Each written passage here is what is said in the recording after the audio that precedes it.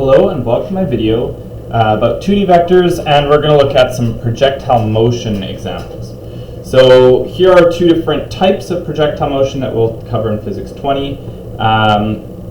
Let's go ahead and read these two examples, and we'll do one at a time, and if you guys could try them out and see if you get the same answer I do, that would be fantastic.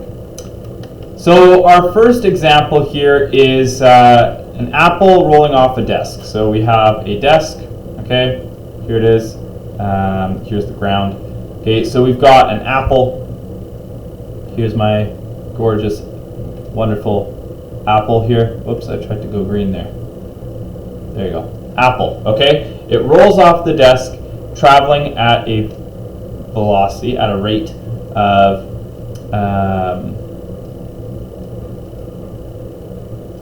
0.25 meters per second. Can't be going that fast, it's just rolling off the hill. It's not like someone threw it off. So that's going horizontally. Okay, so I'm going to write this as Vx. I'm going to go Vx equals. And the idea here is that we're talking about the velocity in the horizontal direction. Okay? Now, the velocity in the vertical direction is actually 0 here, right? Because it starts at 0, and then it will travel downwards. Actually, maybe I should do that in a different color. Vi here is 0 meters per second, and it goes down. So just talking strictly talking about the vertical direction, we've got 0 velocity, and we have a few other things that we can look for, or things that we have. So this is just a regular kinematics type of idea.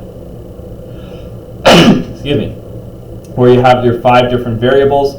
The question is, which ones do we have? Which ones are we looking for? So we also have the height of the desk, right? The height of the desk is 1.2 meters. So that is the D value. And we also know A is G, or 9.81 meters per second squared. Okay, VF is unknown, but we don't care about it. T is helpful. Okay, if we can solve for T, that's helpful because let's go back to the horizontal direction. The question is, what it's actually asking is how far away from the legs of the desk, i.e. what is the horizontal distance that the apple will fall, right? So we're looking for D. Okay, we know V. Okay, and if we know T as well, that would be the same T as this T, right? Then we can use, because in the horizontal direction it is a constant velocity, and this is the key when we're talking about projectile motion. Horizontal, constant velocity. Vertical, we have to do constant acceleration. So in this case, we can use the regular equation V equals D over T. We're going to solve for D, so let's do V times T equals D.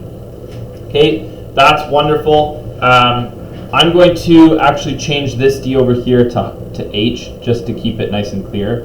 But you hopefully know that we are using D when we're talking about the formula. So let's just pull up the formula sheet here. Okay, so in this question we're missing VF. So what the question is, which formula should we use that does not have VF? Well, this one here does not have VF. So D equals VIT, that's a half AT squared.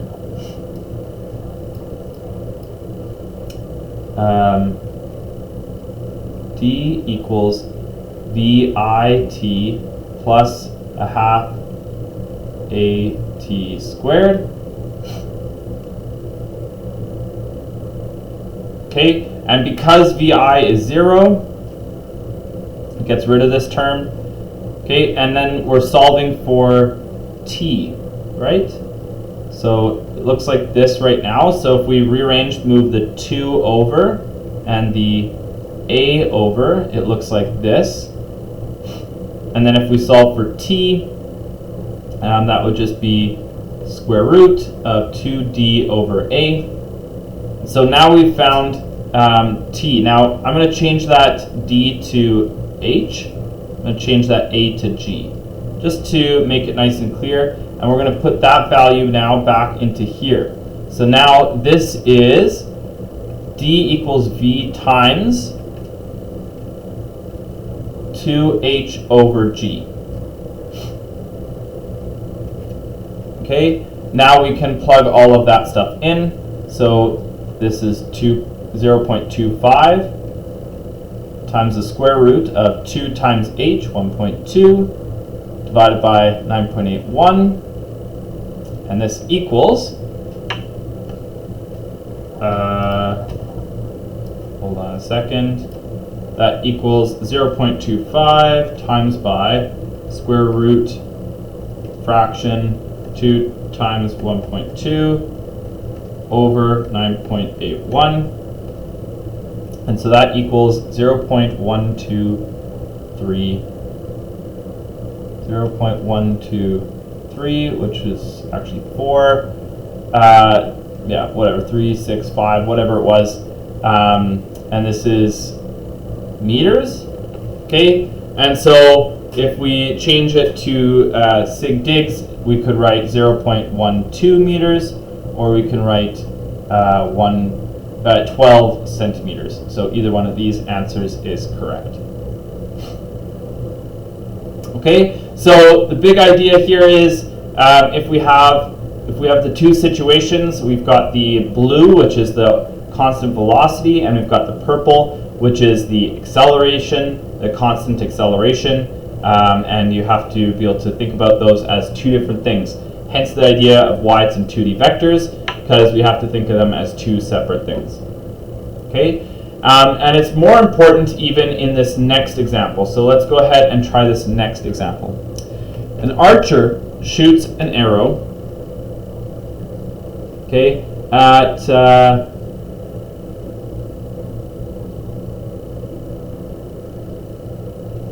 at 30 degrees relative to the ground.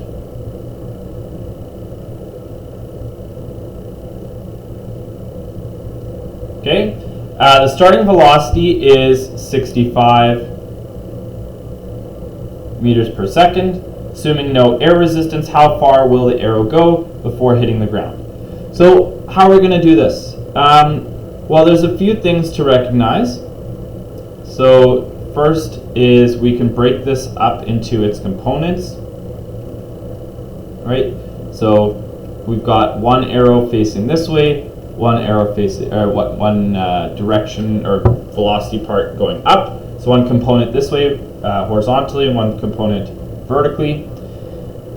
So now if we solve for that horizontal component, let's say we want to get that horizontal component, what we would do is go cos theta equals opposite or adjacent over hypotenuse. So in our case, this is cos 30 equals x over 65. So x, if we move the 65 over, x equals 65 cos 30. Okay, so that's this value in here. That's important because that's our horizontal. That's our horizontal velocity. And we know, as with the last question, that if we have a horizontal velocity, Vx equals 65 cos 30, that's a horizontal velocity. All we need to have is our time in order to solve this.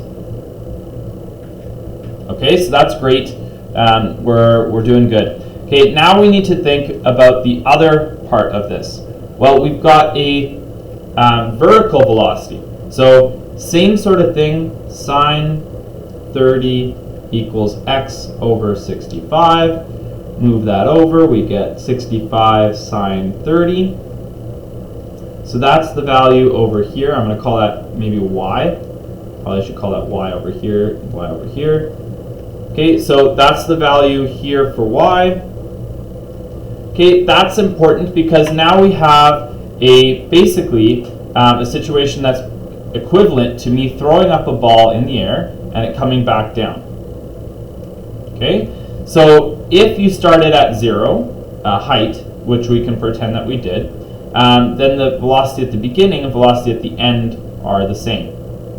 So let's just explain that a little bit more. If we're throwing up, okay, that means our VI is this value. So I'm going to say VI equals that, okay? And at the end, after it comes back down, assuming no air resistance, it has the same velocity that it had before, but negative, right? If we said up is positive, then down is negative, so it's a velocity, same velocity, a quantity, but negative. Okay, so there you go. Those are our two VI and VFs. Now we can think and I guess write those down. So VI equals 65 sine 30. VF equals negative 65 sine 30. We're looking for t because if we can find t, it'll help us in our next one. And acceleration is g, which is 9.81 meters per second squared.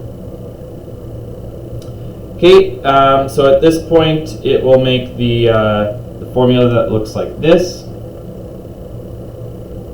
Vf minus Vi over t, change in velocity over time, is acceleration. So now what we can do is solve for t, so we're going to move the t over and get acceleration on the bottom. Okay, and now we can plug that value back in for t over here. So just the same as before, but v times, and then v, so I guess that's vx, if you want to be specific. So vf minus vi over a.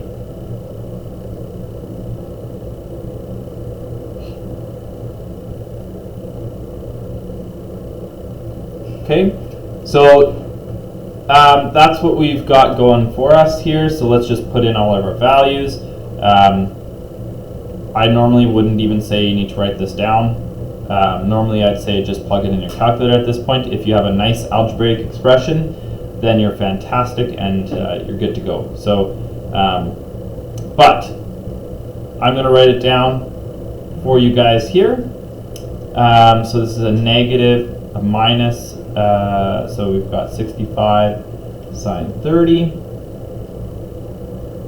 over a, which is 9.81. And down is negative, so those two are both negatives.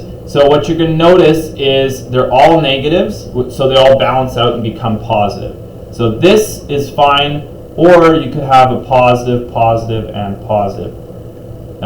Either way, it will work out to the same answer. So let's go ahead and try this out. 65 cos 30 times negative 65 sine 30 minus 65 sine 30 negative 9.81 bracket, and so there is our final answer. So 372.98 meters. And I mean 2 sig digs technically with this question, so 3.7 times 10 to the 2 meters is correct. However, I would say generally speaking,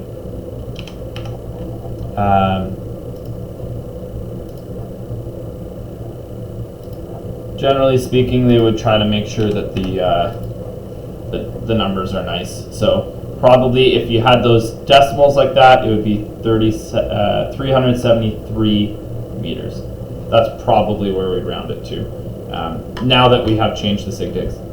All right, so those are the two different types of projectile motion questions. The big concept is horizontal is constant velocity because there's no forces on it.